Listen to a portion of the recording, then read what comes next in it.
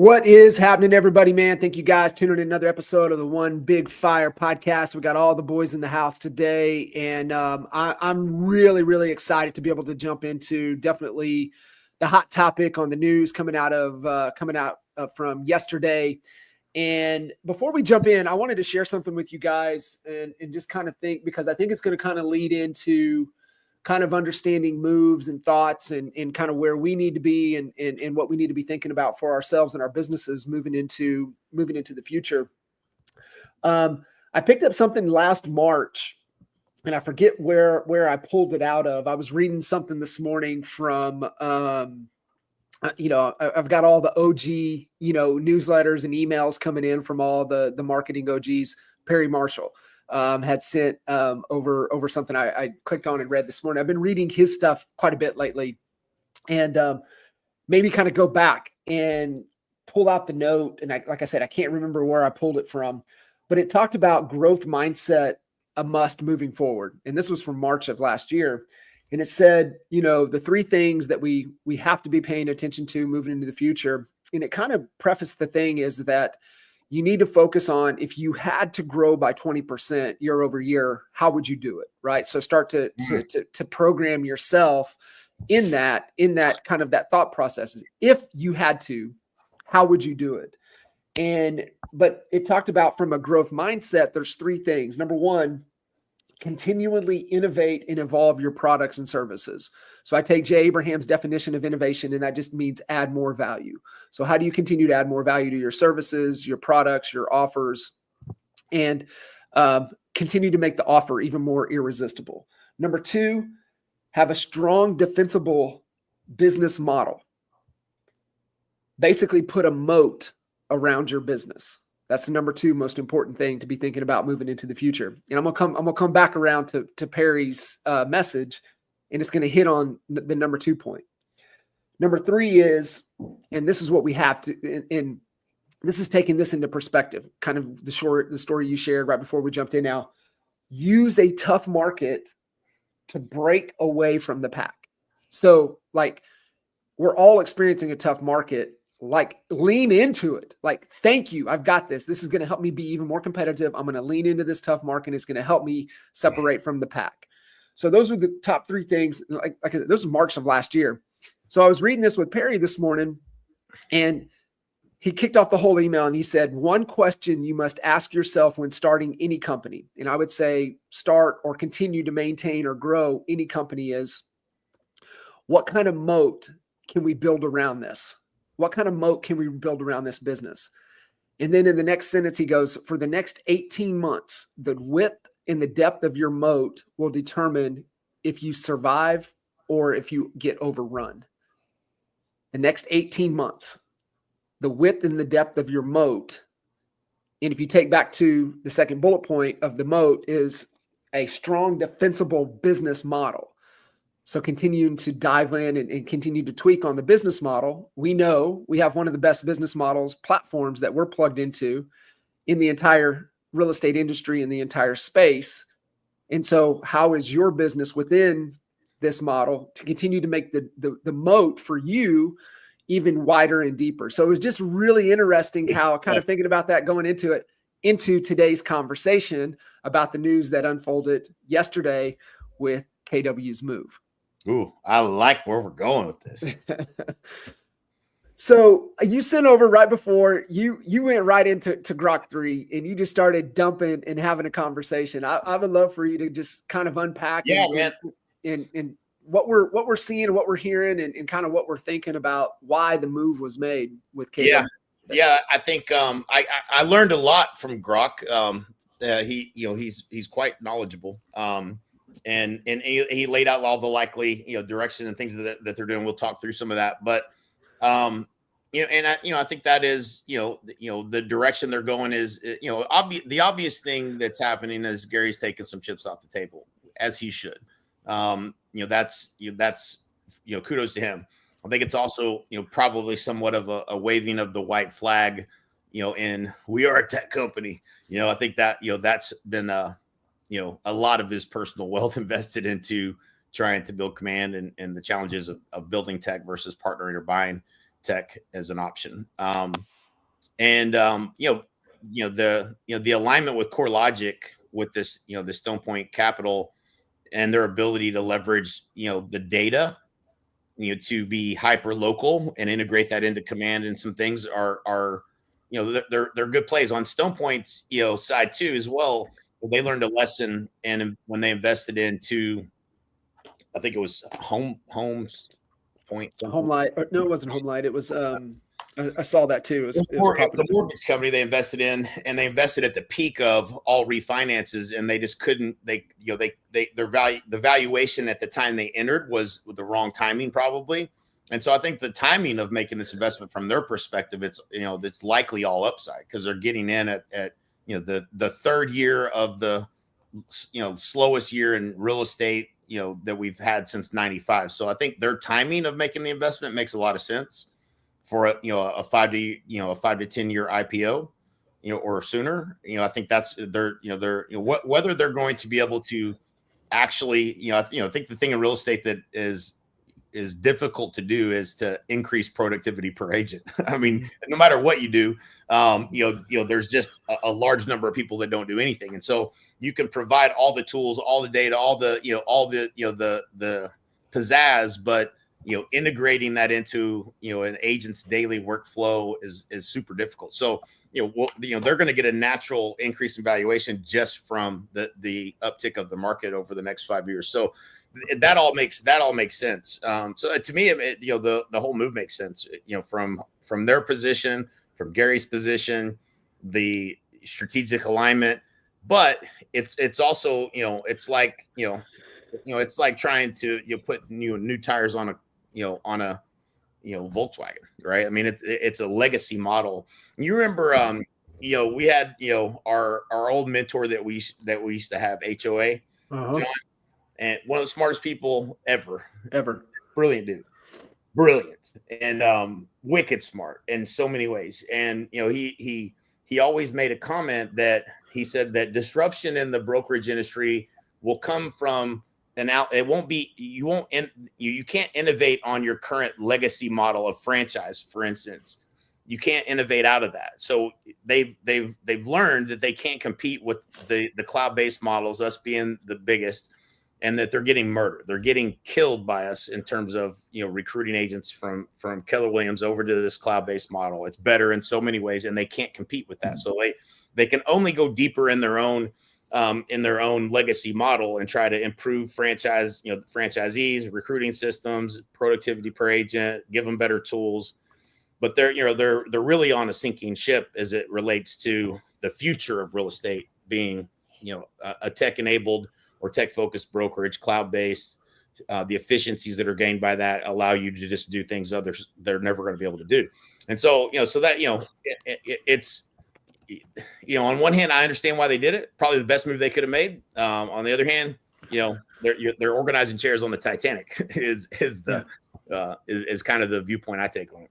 Yeah. Hey, Al, so we come from, the Realogy, Coldwell Banker world. You had RE/MAX experience, and talked to one of our rockstar honey badgers yesterday that took a meeting with RE/MAX just to hear the pitch, right? Was kind of curious with the pitch, and they got the Pepsi balloon now, and just kind of seeing what their value proposition was and what they could offer, and looked at kind of split structures, and based upon he's a solo agent, based upon his production, he would have given 60 to 70,000 a year to RE/MAX, and what they were trying to say is that, oh, you would have got an extra couple 100,000 uptick by being at RE/MAX. He's like, how? Like, show me how I would make a couple extra 100,000 off of being at RE/MAX. He said, well, the brand is going to bring that to you. He's like, are you kidding me? Like, seriously, are you kidding? I mean, is that what you're telling me, that the brand is going to get me a couple extra 100,000? He goes, have you seen my social media? EXP is nowhere on my social media. It's me. I'm the brand. So how is that going to help? It was just fascinating at what they were saying.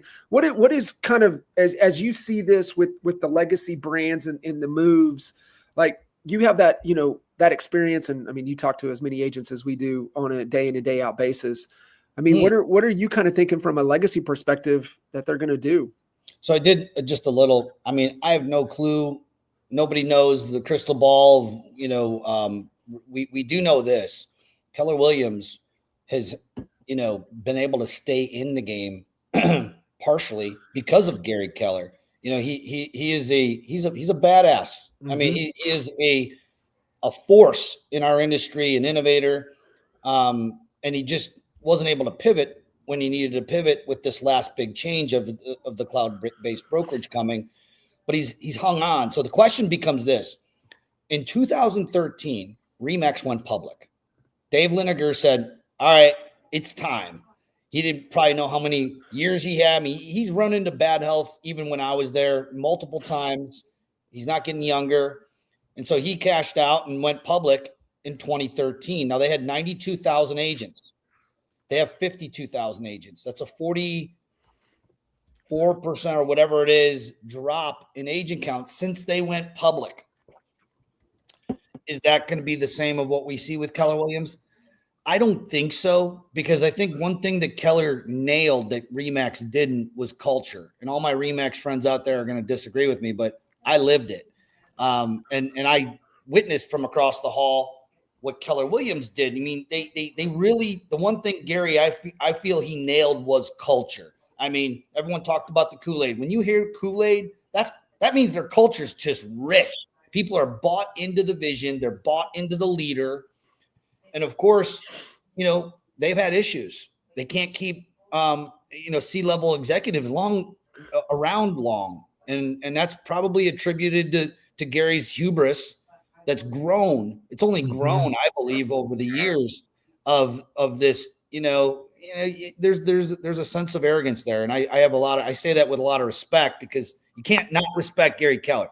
At the same time, that hubris, I believe, was caused, them to stop growing. And we will see what happens. If, Remax, they are continuing to struggle. Even from last year, I believe they're down 7% in agent count. Their agent count keeps just dwindling. Yeah. And is that going to happen with Keller? I don't think at the level that we saw Remax. And I think the reason is because of, I think on average, when you look at a Remax franchise, at least in the Cleveland area, there's a lot of little mom and pop, maybe 20 agent Remax offices, right? You don't see 20 agent Keller Williams offices often. Usually they're pretty, 80 to 100, sometimes 400. I mean, they grew these market centers more sustainably with more agents, even though majority of them don't sell a whole lot of real estate. That is a big difference between Remax because of the fee, but Remax caved. I mean, very little Remax brokers I know actually charge the desk fee. Only the top agents pay that desk fee. Everyone else is on a split. Yeah. A traditional split. So they've kind of broken away from their old model just to survive. Remax offices are closing. We just helped close one in Charleston with Caleb and Caleb and JD. And what did they do? They find another broker owner to take over the franchise, make a deal with them, and that has not worked for them. On the surface, it may look like, oh, well, the office didn't close. See, it's still open. But truthfully, the production's gone, so there's nothing to sustain it. So we'll see. We'll see what happens. I don't see Gary sitting in the CEO or seat or bouncing back and forth, because he was bouncing back and forth from CEO to whatever he was. Yeah. It'll be interesting to see what pans out. There's a lot of indicators, even on both sides, right? Even you see Remax, they have a lot of turnover in the leadership and even at the top. So, I mean, that's a lot of telltale signs when you're seeing, there's a lot of leadership movement. It's like you look at, like NFL organizations, when you see a lot of turnover in the head coaching or GM roles, what does that tell you, right? There's some dysfunction going on within the entire organization. So those are some behaviors, some signs there to kind of pay attention to. The one thing, that what are some things that we can pull out of this that can be like, hey, this is probably a good move. And I think you were talking about it a little bit with CoreLogic. And, what could that mean for us? Where to pay attention to if we know, hey, this is probably their chess moves. This is probably how they're going to move across the board. Where can we kind of take and say, that's a good idea. We need to be paying attention to that as well. Yeah, definitely the data. Leveraging, local, hyper local data is, putting that in the hands, that's, we would go to outside sources for all of that, all of those things, but having that baked into your technology, it's probably on our roadmap at this point, I would imagine, but, we did the right thing by partnering with tech, at least initially. And so, kind of the next move will, need to be somewhere in us, leveraging data and integrating it into tech and just be, arming the agents with the best information to differentiate us from other agents. And that's what, if that's what KW is going to, that is what they're going to do. But that's going to be the thing that we'll have to do to maintain, relevant, as I think we're already in a place where we provide the best world-class training of agents. We've taken that from them. That used to be Keller Williams. Used to be KW, for sure. Yeah, I think we've taken that from them, the spot for that, and now it's at scale. I mean, it's the stuff we're doing, dude. Like, I don't know how much you guys weren't at that meeting we had last week, but you saw the notes and listened to it. But the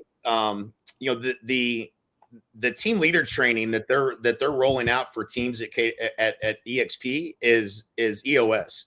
It's what we used to coach and train every single agent to for years. They're doing it every 6 weeks for teams. Like that level of from a company, it's not being done. And so that the fast cap program, like the things that we're rolling out at scale for every agent to take advantage of, in terms of odds of being successful or not, it is world class. Yeah. And so I think we have a position there, and again, I think obviously we're super profitable as it relates to, the overall cost structure of our business model versus the legacy models. And that gives us the ability to bring on better people and run these business units and really execute at a super high level and very relevant. And so that's great. That next piece is going to be competing on who has the best data and information, which in this day and age, the speed of things, that landscape changes every day. And I think opportunity for us is going to be. Jade, you think, so you say it's data. I don't disagree, but isn't it going to be really a combination of data, the race for data, and AI? Who has the most powerful AI? In 5 years, I don't know what our industry is going to look like in 5 years.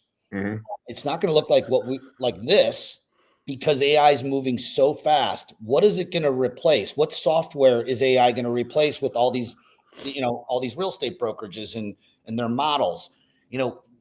What we, and anybody that's cloud-based that operates as one unit, not franchised out, has a huge advantage. Those franchise owners are only required to abide by what's in the franchise agreement. Beyond that, they can operate kind of independently. One EXP office, one Keller Williams office over here in Westlake does not operate the same one that operates down there in Medina. That doesn't operate. They can make their own splits. They can put a franchise. They can charge a transaction fee or not charge a transaction fee. They can it's all over the place. There isn't a consistent model. So how with AI growing at such a rapid, I can't even imagine what it's going to look like in 5 years. Yeah, they're going to, I would imagine they're going to change that. So, it is, and I don't know what all they have the ability to do, but Grok did point out that making changes to the franchise agreements is something that they would likely do. And so to me, like we just recruited a KW agent, 100 plus transaction producer, and in a little town of 6,000 in Texas with a 28,000 cap.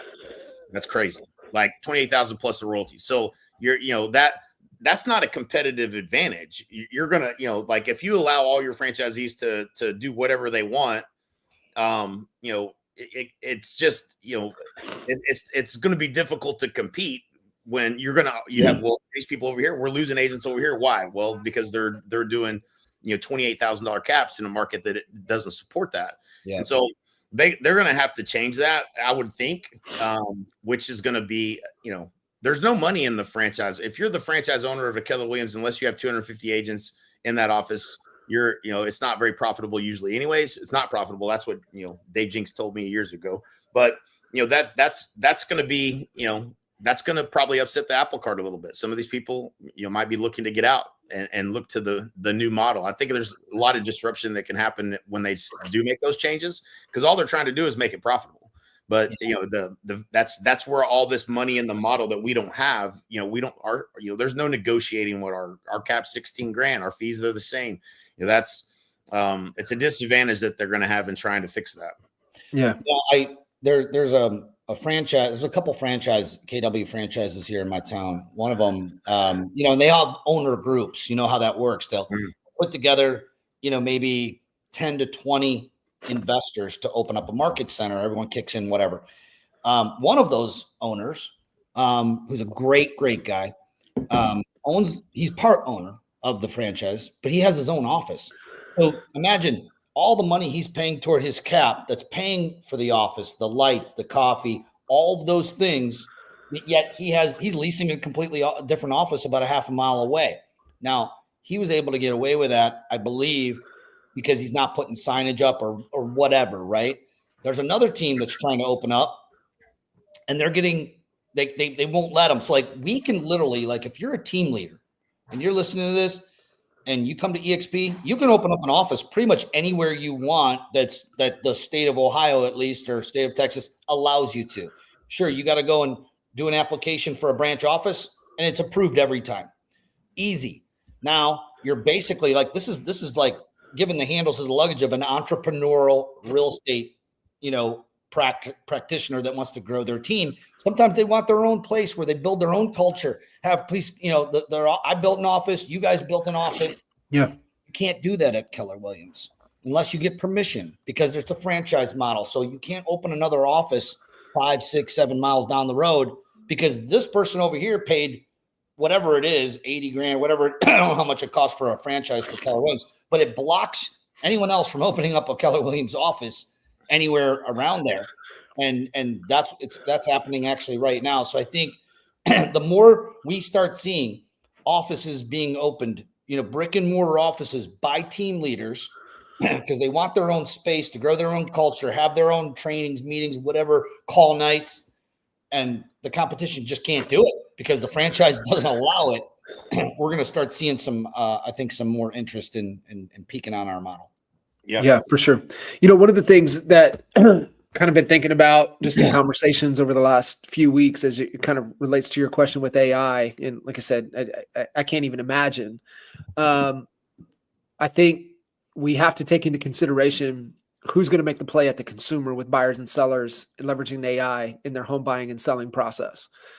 Because you got a lot of agents right now who are just saying, how can I use this to help my business? Well, you got on the flip side of the coin, you've got consumers, buyers and sellers that are using AI as well to help them position their home to be able to sell to bring the most amount of money. Buyers, how do I get into the ideal home and the ideal market and the ideal conditions?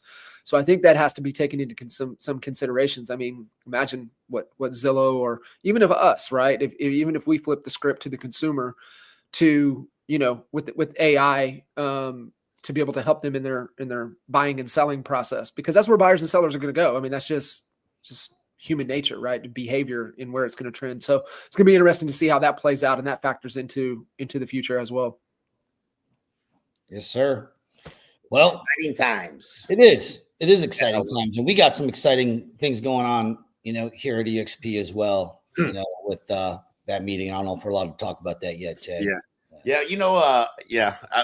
think we might want to give it a week or two. Let it marinate. One thing though, and Jane, you and I were talking about this on Saturday, but Cindy sent over kind of the value stack. And I think, we've been here, 7 years, going on 8 years. And there's so much that we don't even know that EXP offers. And I would challenge all of you guys to really look under the hood of what this company is. The best way I like to say is, man, I feel like I'm going to a Chinese buffet, and it's just whatever I'm in the mood for today is what I'm going to get, because that's what I want and that's what I need. And I feel like EXP has built that, like you said, with the team lead structure that's teaching EOS. And I don't even know what the investment is, but I can promise you it's a fraction of what it would cost to go get an EOS implementer to implement EOS into your business. The FastCap program, like you look at all of these things that as teams trying to build a team, trying to build a business, trying to build a company, you're like, damn, man, how do we install the drive-through?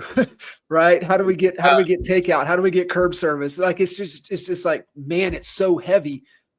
But yet EXP is providing, they have the drive-through for you. They have takeout. They have curb service. They have all of the things that you would need. This was a really good thought exercise. I'm going to share this with you. And this came from Chauncey off of Expert Mentors last week.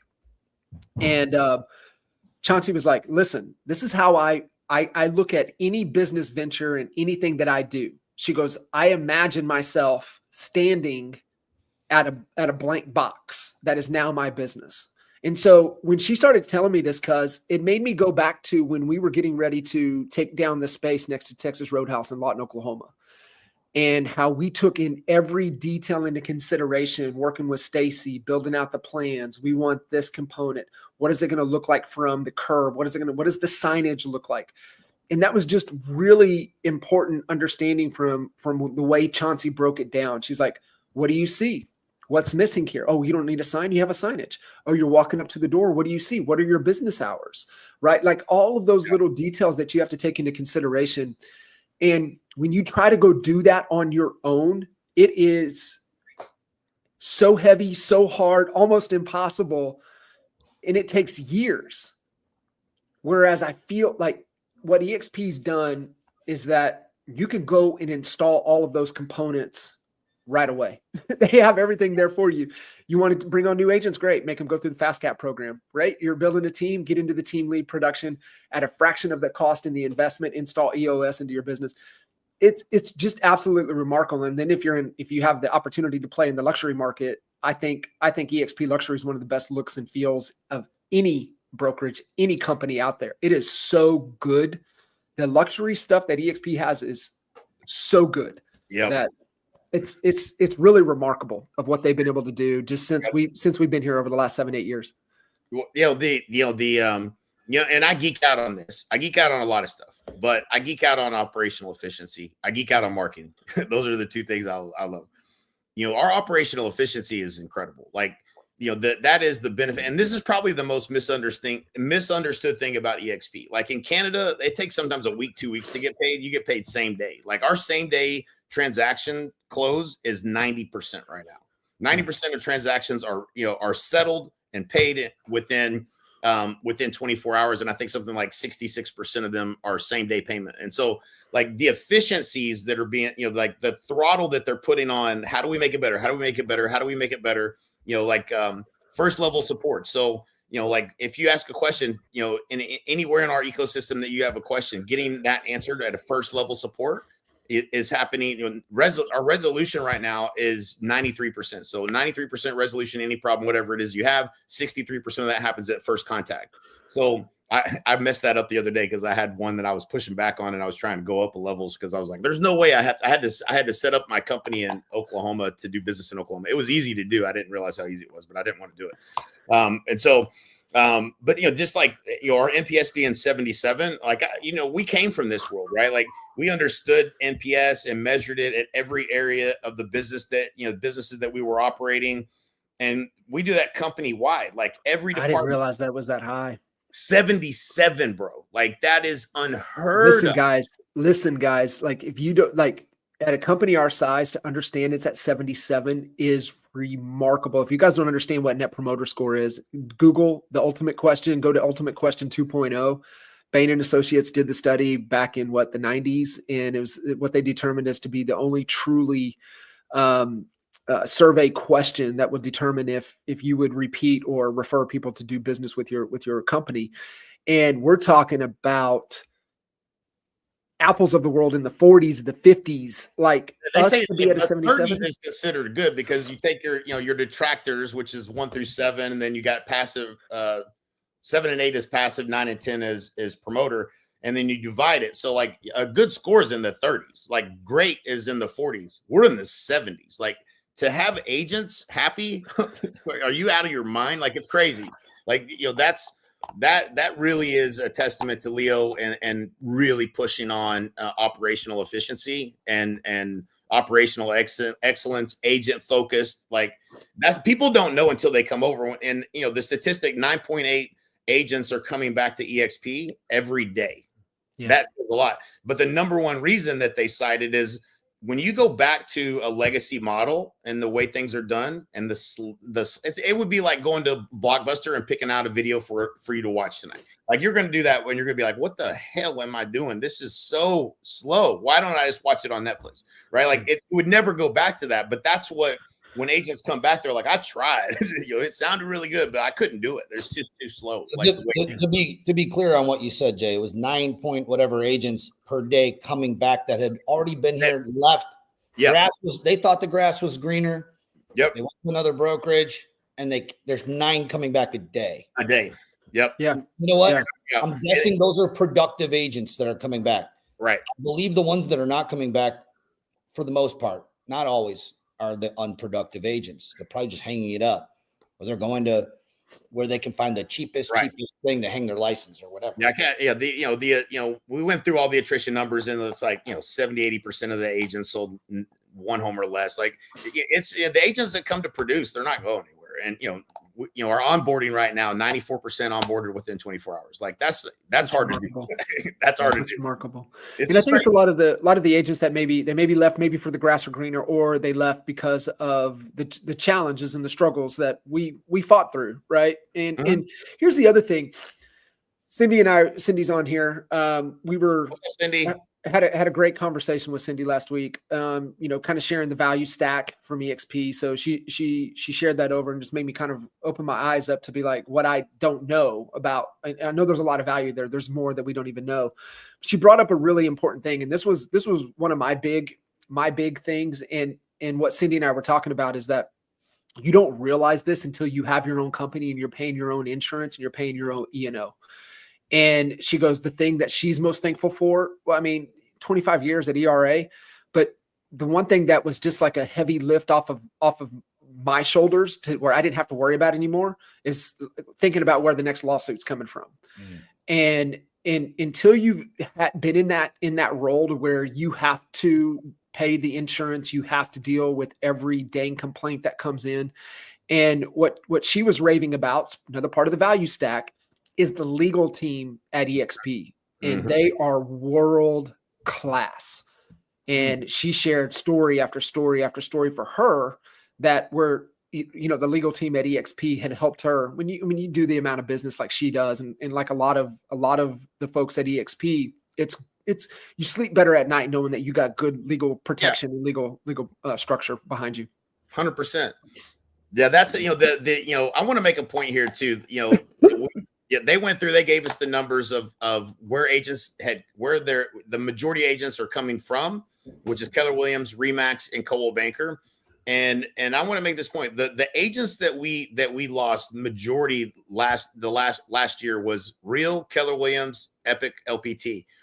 Then who knows, wherever to a job is where most of them went to. But the ones that took the most from, so we took on this onslaught of competition that we had never taken, selling on our story. Hey, you come over here, you're going to be the next Brent Gove. It's going to be great.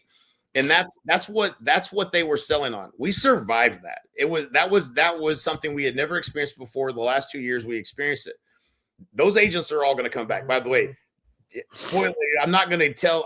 We can't give you what I don't even know if we can say it yet, but I'm going to tell you right now, what's going to happen in 2025 is we are crippling the competition. It's the most strategic move I've seen the company make since I've been here. I'm more excited now than I've been since I first joined EXP.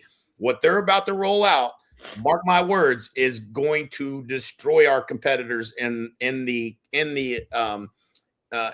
cloud-based space. Like our actual, I don't even consider them competitors anymore. It's that big of a deal.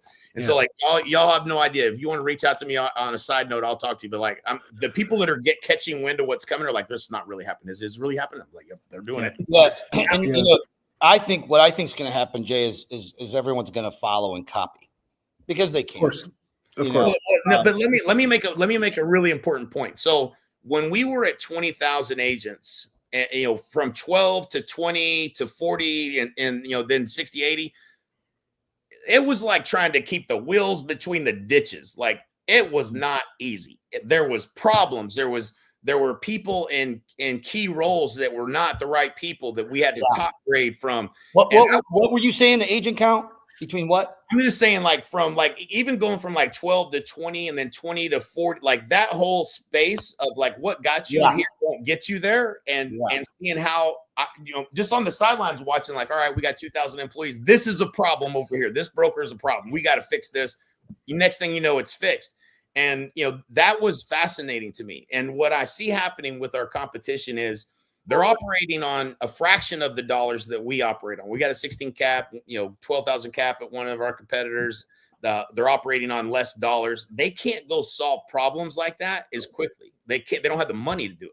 So now you're an agent over there and the sky's falling, which is what's going to feel like for these companies in about a month. And they're not going to be able to take action to solve that problem. It's just a tremendous amount of turmoil and already probably they don't have enough money to go solve all the problems that need to be solved in order to operate efficiently. While we're at scale and we're just adding more value to the value prop. Going back to how you started this this whole podcast, John, we're just adding more value. They can't even solve problems at a pace that and top grade talent fast enough to keep up with managing growth. So they got to slow down growth because growth sucks cash. So it's fascinating. It's going to be interesting to see. I used to think that it would be like a Google Yahoo thing, and competitor. Go ahead. I was going to say, I think it's going to be really interesting looking back and being able to see a couple things. One, that this kind of, where we've kind of held with growth for the last 18, 24 months, I think we're going to look back at it as a blessing. Oh, for sure. And the reason is that when you look at the lessons of as we were going so fast. So I want to share this with everybody. And this was a very important get from one of our crucial mentors, Clayton Mask.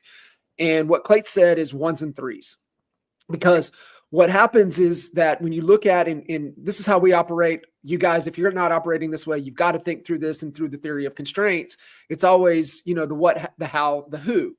And when you've got a great what and you got a great how, then the constraint is always talent. It's always who's. And so the lesson that Clay was telling us is that you're going to outgrow your people.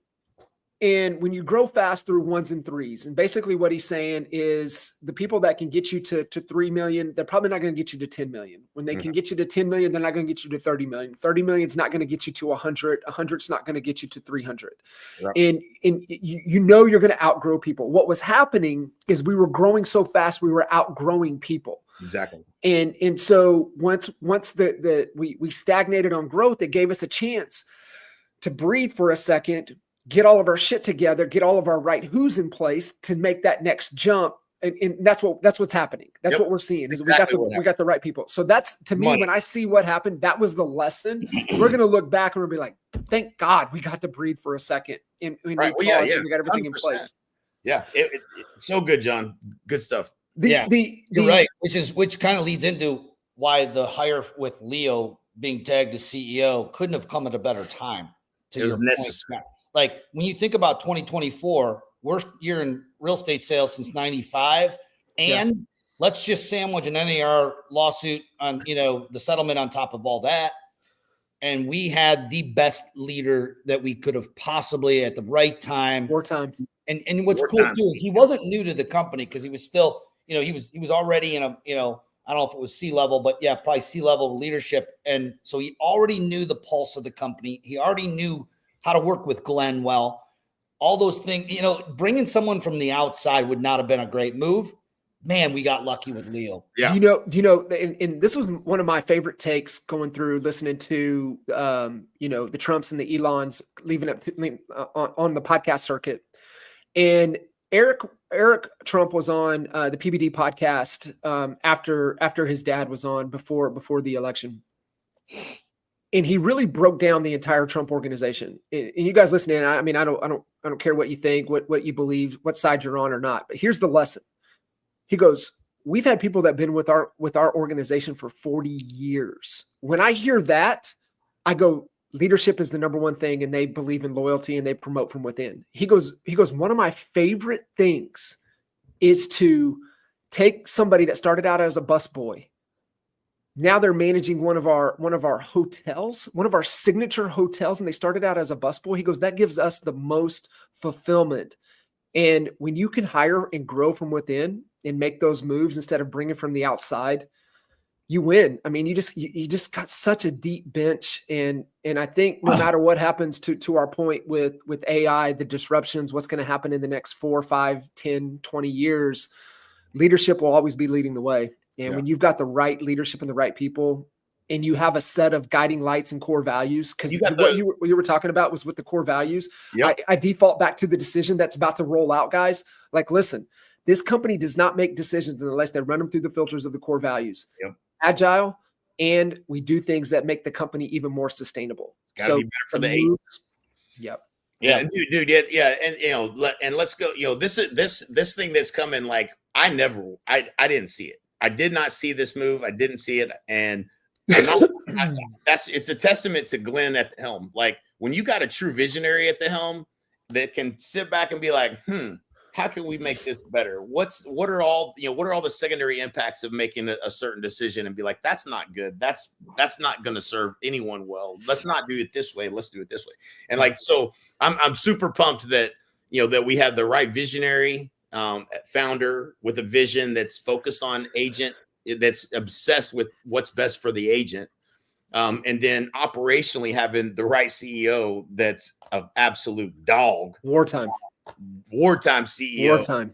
Execution, focused, maniacal about it. Dude, all in. I love it, man. And I think his background, man, I think we're seeing. It's so fun to watch. It is fun to watch. I think his experience and his background in the REO space, where you have to be wartime playing that game. Yeah. Kind of lended into, kind of his philosophy and skill set navigating the waters ahead. And for you guys that don't know, I mean, we're talking about wartime and peacetime generals and leaders. When you're into a headwind, you gotta have a wartime. In a tailwind, like what we saw 2021, 22, you can be a peacetime general and be, kumbaya, lovey-dovey, and less accountability, sliding through the cracks a little bit. But when you're into a headwind, details matter, accountability, execution is everything. I mean, going back to, we started the conversation out with Gary Keller. He's a wartime CEO. Yeah, he's strapped on. Yes, he guns. is. He's strapped on, the grenades and everything. More than one war that man's fought. Yes, he has.